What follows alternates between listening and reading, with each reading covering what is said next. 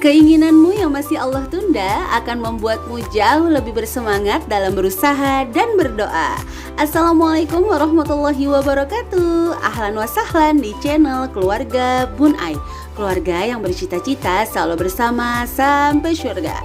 Amin amin ya robbal alamin.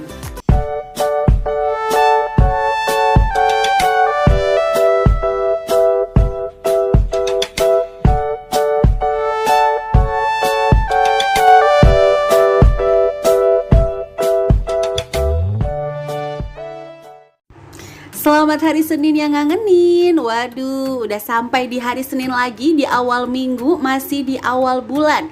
Semoga semangat kita senantiasa terjaga sampai nanti akhir bulan. Gak kerasa nih, sedikit lagi kita akan sampai ke bulan suci Ramadan. Ingat, siapa yang masih punya hutang puasa, ayo segera dibayar. Siapa yang masih punya hutang fidyah, jangan lupa dibayarkan ya. Hutang, waduh, ngomongin hutang nih, ya nggak bisa dipungkiri. Dengan kemajuan zaman makin memudahkan kita dalam berhutang. Mulai dari pinjaman online, kredit tanpa agunan, kartu kredit, wah bahkan tanpa kita mengajukan kadang-kadang dirayu-rayu untuk dapat hutangnya nih. Nah, sebenarnya boleh nggak sih berhutang? Ya, kita akan bahas untuk vlog hari ini, kapan sih kita boleh berhutang. Sekali lagi, ini adalah versi ibu rumah tangga biasa, bukan seorang pakar ya. Jadi teman-teman bebas tulis di kolom komentar, misalnya punya pengalaman atau misalnya punya ilmu baru, ya kita sharing di sini, oke? Oke, di sini Bun Ai akan coba buatkan seperti tabel agar lebih mempermudah kita untuk menilai kondisi kita nih, boleh nggak sih berhutang? Oke, untuk tabelnya Bun Ai akan buatkan sederhana sekali, seperti mendesak, tidak mendesak, penting dan tidak penting.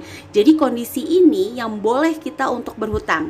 Karena nanti di akhir video Bun Ai akan kasih info bagaimana kita tuh sebenarnya disuruh untuk menghindari hutang, gitu ya.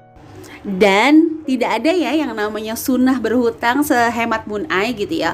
Walau alam mungkin teman-teman di sini punya pengalaman atau punya ilmu, boleh berbagi.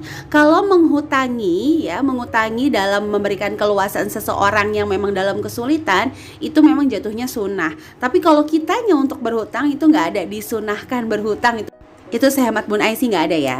Oke, langsung lihat ke tabel ya. Jadi di sini bagi Bun Ai pribadi yang boleh menyebabkan kita berhutang hanya pada satu kondisi, yaitu penting dan mendesak. Mohon maaf nih ya kalau agak-agak ngegas, agak-agak kayak ngomel, agak-agak kayak marah gitu. Bukan marah-marah ini mah mams, karena kejar-kejaran takut si babynya bangun gitu ya. Jadi mohon maaf ya mams ya.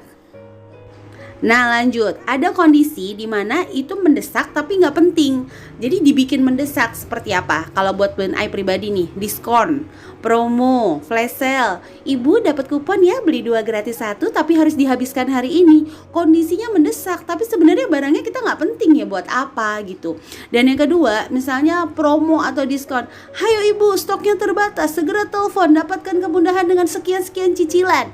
Nah, hati-hati, lihat lagi, penting gak sih? Kalau nggak penting, meskipun mendesak, mau stoknya tinggal 1 kek, mau stoknya tinggal 2 kek, tinggal 3, jangan berhutang ya. Mau dengan cicilan, mau dengan pay letter, kalau bisa jangan. Selama kondisinya tidak penting, meskipun keadaannya didesak oleh keinginan lingkungan, gak usah berhutang. Oke, hati-hati ya. Oke, yang ketiga, ada kondisi penting tapi nggak mendesak. Contoh nih, ada anak-anak yang minta HP baru atau misalnya kendaraan, laptop dan lain-lain. Ada juga beberapa yang Bun Ai pernah baca memperbincangkan masalah rumah, tapi Bun Ai pribadi belum mau ke ranah sana ya.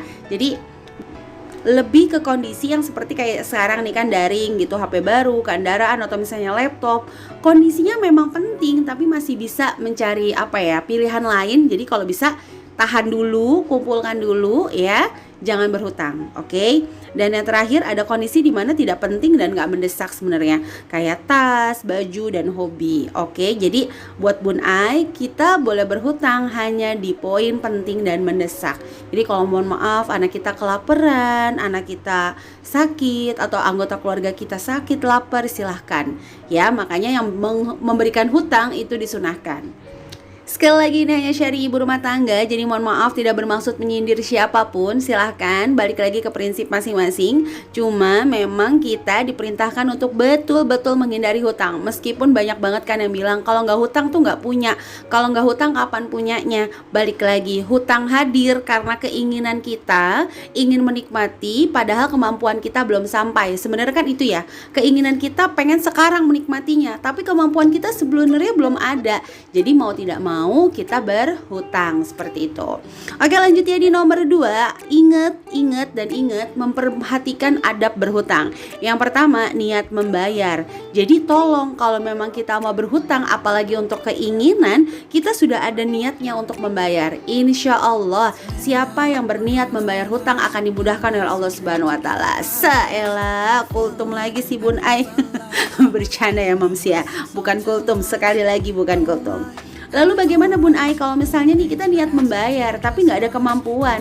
Kalau sungguh-sungguh pasti insya Allah akan dimudahkan oleh Allah. Kalau sungguh-sungguh nih ciri-cirinya gampang. Jika dia telat bayar, dia akan menginformasikan pada siapa yang minjemin gitu ya. Bukan yang minjemin ini malah jadi kayak nyari-nyari dia, jadi kayak dia yang punya utang gitu, ngejar-ngejar si orang tersebut.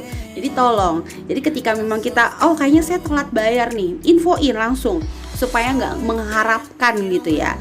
Ada yang ketiga, itu mengerti kewajiban hutang piutang. Ingat ya, hutang ini ketika meninggal itu nggak terputus sama sekali, tetap ngalir. Nanti poin keempatnya ya, yang insya Allah kita akan bahas. Oke, nomor 3, kita harus pahami dulu sifat hutang.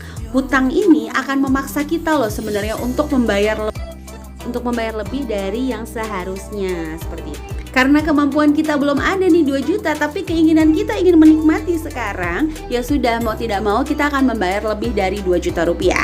Yang kedua, hutang akan mengunci penghasilan. Jadi penghasilan kita itu nggak bebas bergerak, karena kita akan berfokus pada cicilan. Yang ketiga, membatasi ruang gerak ya. Balik lagi ke nomor 3 tadi. Misalnya saya punya penghasilan sekian juta, saya mau putarin untuk A, B, dan C, itu akan susah. Misalnya penghasilan 13 juta tapi hutangnya 8 juta rupiah. Mana mungkin, mana di approve. Ingat banget ya. Kadang-kadang ada kondisi di mana jangan GR, kita di approve ya. Kita itu di approve sama lembaga atau sama bank, padahal tuh terpaksa loh approvalnya.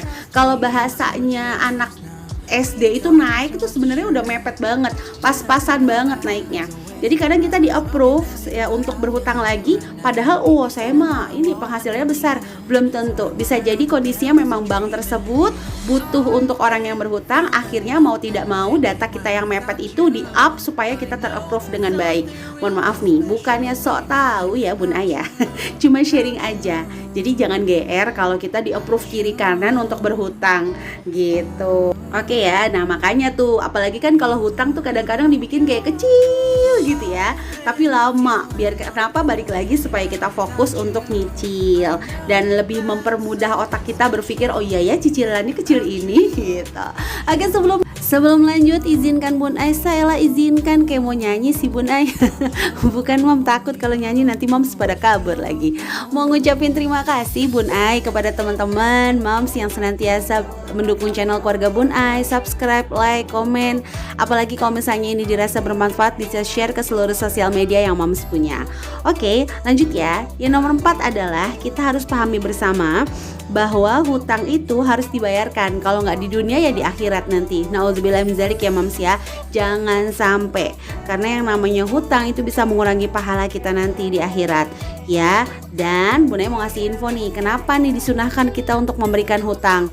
Karena kalau kita yang memberikan hutang itu akan mendapatkan pahala setiap hari bersedekah sesuai yang diutangin. Contoh nih, Mams ngutangin temen Mams 500.000 rupiah, maka akan dicatat setiap harinya Mams itu mensedekahkan uang 500.000 rupiah sampai waktu yang ditentukan.